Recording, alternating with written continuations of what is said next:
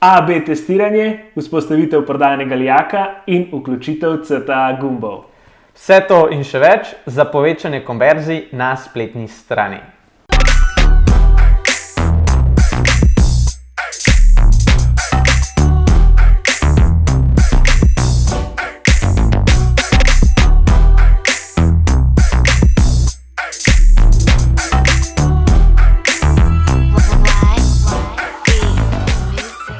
Dober dan, dobrodošla, dobrodošel v novi oddaji, 45. že po vrsti Point Out Weekly. Danes bova z Nejcem govorila o eni zelo zanimivi temi in sicer to je triki za povečanje konverzij na spletni strani. Zadnjič sva govorila z Lucijo, namreč Nejca ni bilo, družbo mi je delala naša Lučka. Tako ja. Govorila sva o tem, kako napisati popoln blog zapis. Tako da, evo, preden začneva, Nejc, priložnost, da še ti malo kaj poveš. Poboril sem se. To je res, ja, to je res, to se vidi, da si takoj 5 let mlajši. Kot rečeno, danes govoriva o tem, kako povečati konverzije na spletni strani. Pripravila sva kar nekaj točk, tako da za začetek kar predajam besedo tebi, Nejc. Cool.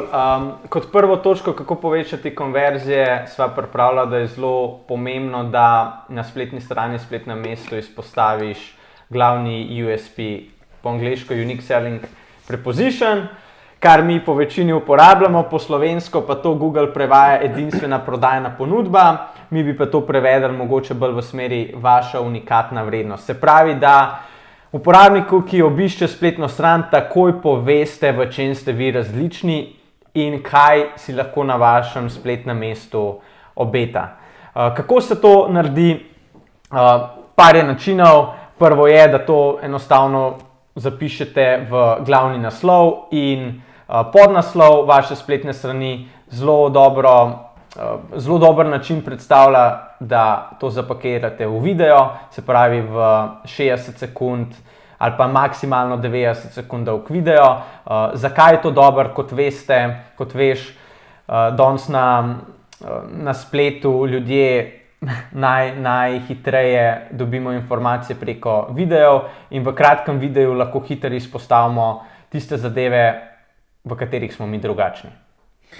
Ja, ta Unique Selling Proposition se lahko kaže tudi na druge načine. Tudi ne smemo pozabiti na tiste bolj posredne, naprimer struktura menijske vrstice, nasploh struktura spletne strani.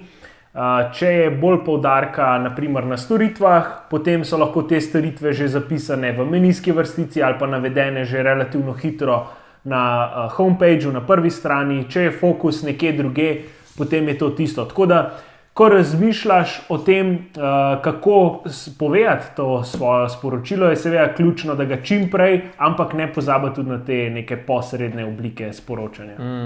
Ko govoriva čim prej, to pomeni par sekund. Se pravi, da uporabnik takoj dobi tisto informacijo, ker drugače lahko uporabnik tudi, če ne pride, če to spletno mesto ni zanj, zelo hitro zapusti le-to. S tem pridemo do naslednje točke in sicer zelo pomembno je, da izpostavljamo čim več pozivnih gumbov ali CTA gumbov. Zakaj je to pomembno? Zaradi tega, ker tako kot pri oglaševanju, tako je pomembno na spletni strani, da delamo konverzije. Se pravi, da pripeljemo uporabnika do tiste točke, kjer želimo njegovo akcijo. In kaj lahko vse v te CTA gumbe zapakiramo oziroma kako jih lahko oblikujemo, testiramo. Zelo pomembno je, da jih testiramo. Se pravi, da testiramo od imen, kako jih poimenujemo, do barv teh CTA gumbov, do slik, ki namigujejo ali pa posredno nas vodijo v ta poziv, ki ga želimo narediti in tako naprej. Ja, zdi se mi tudi zelo pomembno, da so v kontekstu z vsebino. Se pravi, če vsebina govori o neki tematiki, da je tudi ta pozivni gumb oziroma CTA gumb povezan s to vsebino. Če dam kar primer, kako imamo to na naši spletni strani, mi uporabljamo več različnih pozivnih gumbov, ki vodijo do iste lokacije. Zakaj? Tako kot je Nejc omenil, različni uporabniki reagirajo na različne besede, seveda različno, in eni bojo prej kliknili na eno kot na drugo. In zdaj pri nas, naprimer, primer dveh, ki vodita na popolnoma isto stran je začnimo projekt, kot eden, drugi je kontaktiraj nas, ki sta tudi po vsebini relativno podobna, medtem ko imamo potem na podstrani, kjer govorimo o digitalni transformaciji, imamo pa pozivni gumb, ki spet vodi na isto pristajalno stran, to je na našo kontaktno stran oziroma s kontaktnim obrazcem, tam pa je pozivni gumb želim izvedeti več o digitalni transformaciji. Zato, ker tam še enkrat govorimo o tem, je tudi tak kontekst, taka vsebina in s tem pozivamo uporabnika, da pride oziroma naredi to aktivnost, ki ga od njega želimo. V tretji točki, ki se pa spet z drugo povezuje, pa pridemo do AB testiranj. Se pravi, tako kot sem že prej omenil, da lahko pri CTA gumbih uporabljamo različna imena, kot je zdaj Zoran na konkretnem primeru razložil, do baru. Zelo pomembno je, da to potem testiramo. In testiramo lahko od besedil, teh naslovnih sporočil, ki sem jih prej omenil, do slik, do CTA gumbov in tako naprej. Bi še ti kakšno dodal, ki se iz glave spomniš? Ne, se mislim, da si načeloma kar vse, mogoče to bi še enkrat poudaril, ki je najbolj, kako bi rekel, uporabnikom doskrat ni tako jasno na prvo žogo, to je to vsebina. Da imaš dejansko vsebino drugačno napisano ali pa drugače tudi razporejeno na spletni strani. Se pravi, da mogoče je tudi to, da je v celoti enaka, samo da je na primer gumb na drugi strani ali pa da najprej poveš nekaj, pa potem drugo stvar, pa probaš z vrstnim redom in take stvari. Se pravi, da vsebino prilagajaš. Ja, kdaj je vrstni red spletne strani zelo pomemben pri samih konverzijah. Tako da lahko same rubrike, ki so postavljene na spletni strani, tudi testiramo. Se pravi, govorimo o eni pristajalni strani, kjer pristane uporabnik in potem lahko testiramo to zaporedje teh rubrik. Kako pa to naredimo? Mi uporabljamo orodje, ki se imenuje Crazy Egg, ki ima 3 funkcionalnosti za testiranje.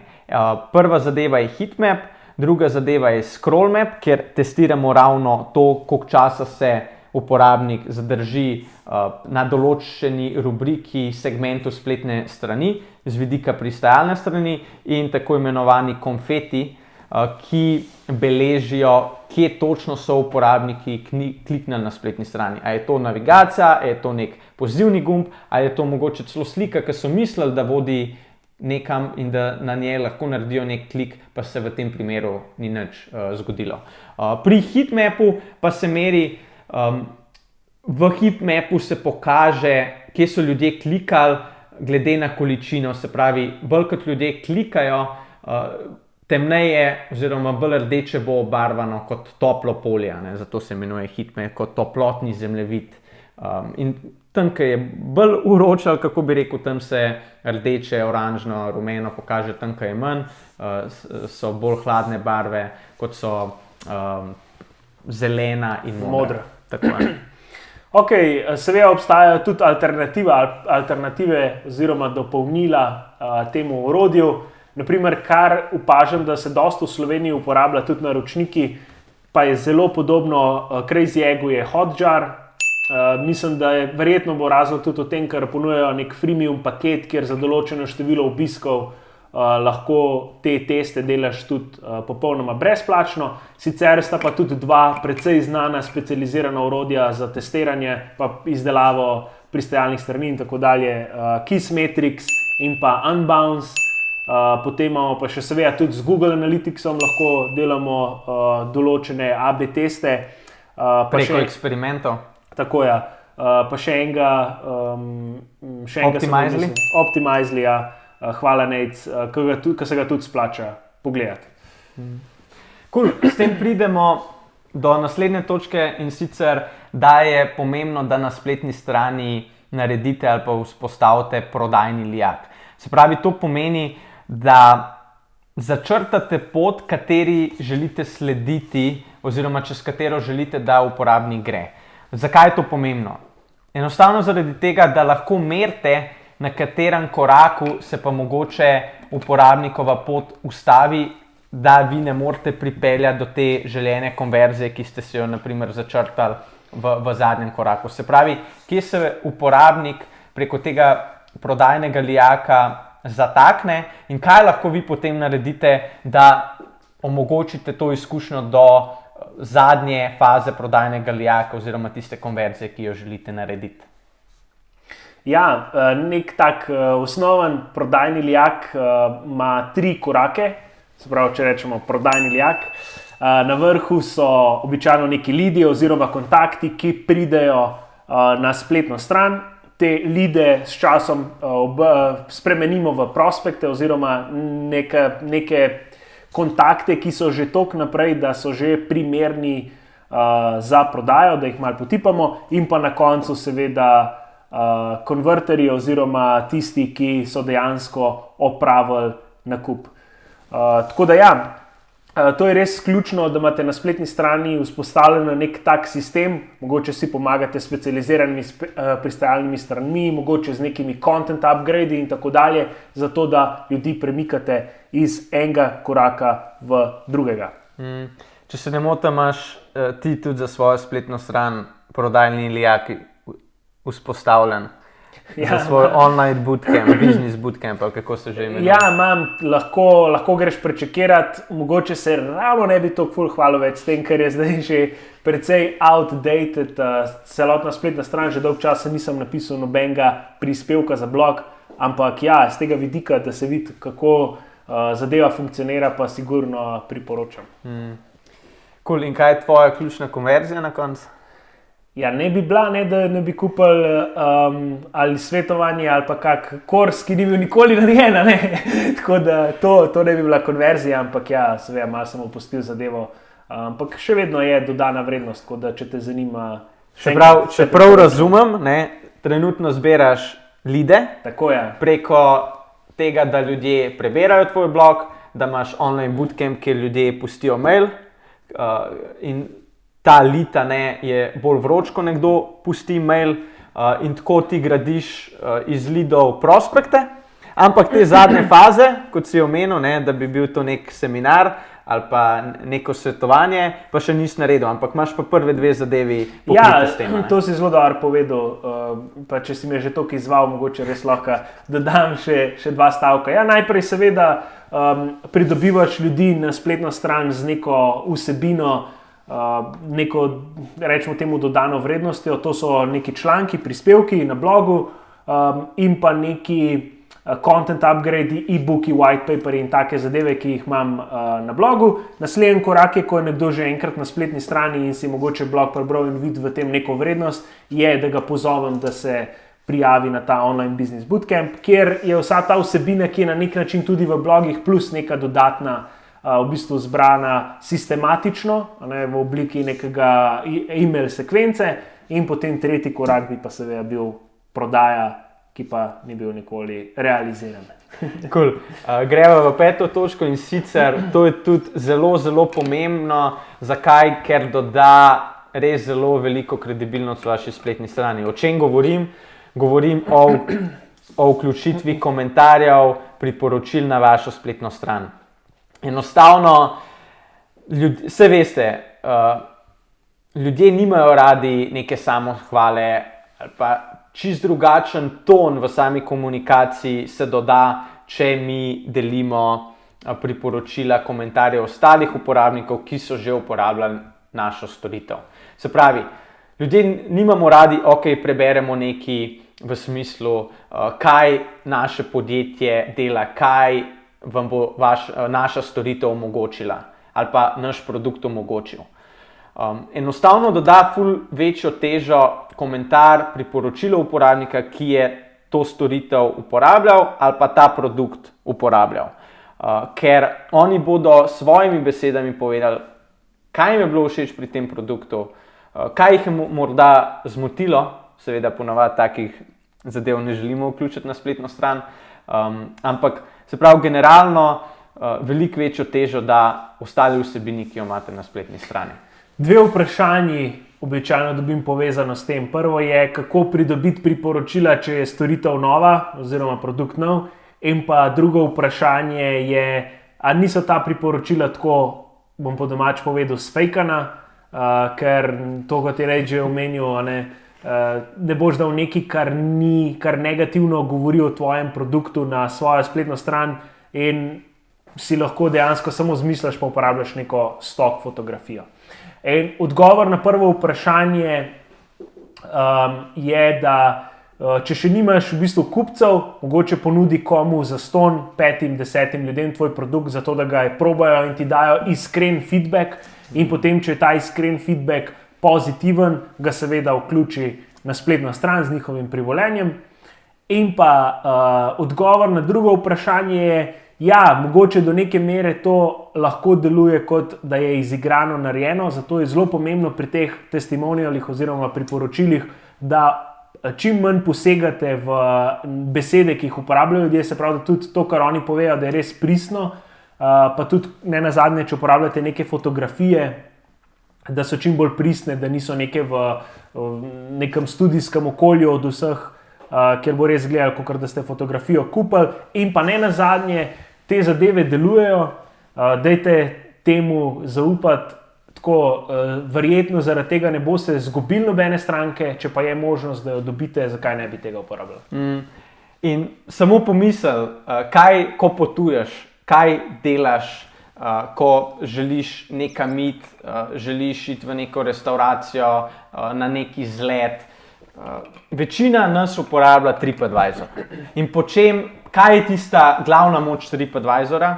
Da so tam napisani komentarji ljudi, ki so to storitev že preizkusili. Kakšna je ocena te storitve, kakšna je ocena restauracije. Seveda so tudi drugi dejavniki pomembni, kakšna je restauracija z vidika načina plačila, z vidika hrane in tako naprej. Ampak z največjo težo damo tistim komentarjem in samemu rankingu oziroma lestvici, na kateri je ta restauracija. Se pravi, zelo hitro pridemo do tega, koliko veliko težo imajo te komentarji na nas, ko potujemo, ko določene zadeve v določenem mestu, kraju raziskujemo. In ravno, ko sem o tem začel govoriti, bi mogoče bomo polinkali ta video, zanj sem zasledil en video, kako je londonska restauracija, ki v bistvu ni obstajala, prišla na TripAdvisorju na prvo mesto. In ja, poleg ostalih dejavnikov, kako jim je to uspelo, med drugim, da je bil zelo unikaten koncept, so bili tisti komentarji, ki so ljudje jih pisali, ki so bili na koncu dneva izmišljeni, ampak so stopnjevali samo zavzetost. In ja, je prišlo do tega, da je ta restauracija končala na prvem mestu. Ampak tukaj so dokazovali neke druge zadeve in ja, je bil njegov cilj, da prije na prvo mesto, da bi dokazal, kako lahko danes fake news, se pravi lažne novice, vplivajo na naše življenje in kako nas vodijo in koliko je lahko izmišljenih novic v našem življenju. Ampak malo off-topic tema bomo polinkali, ker se nam zdi cool primer, da si ga pogledate. Ok, jaz mislim, da smo povedali vse, kar smo imeli danes zapovedati. Mislim, da se ne motim, ne? Ne. Ok. Hvala, ker si bila z nama, ker si bil z nama. Naslednjič imava eno super gostjo in sicer z mano bo Dunja. Govorila bova o storytellingu, malo copywritingu in takih zadevah, tako da bo definitivno zelo, zelo zanimiva oddaja, ki jo ne smeš zamuditi, zato bodi spet naslednji torek z mano, s Point Out Weeklyjem in pa to je to. Hvala. Midva se pa vidva čez 2 oddaje. Se vidimo, čau. Dio.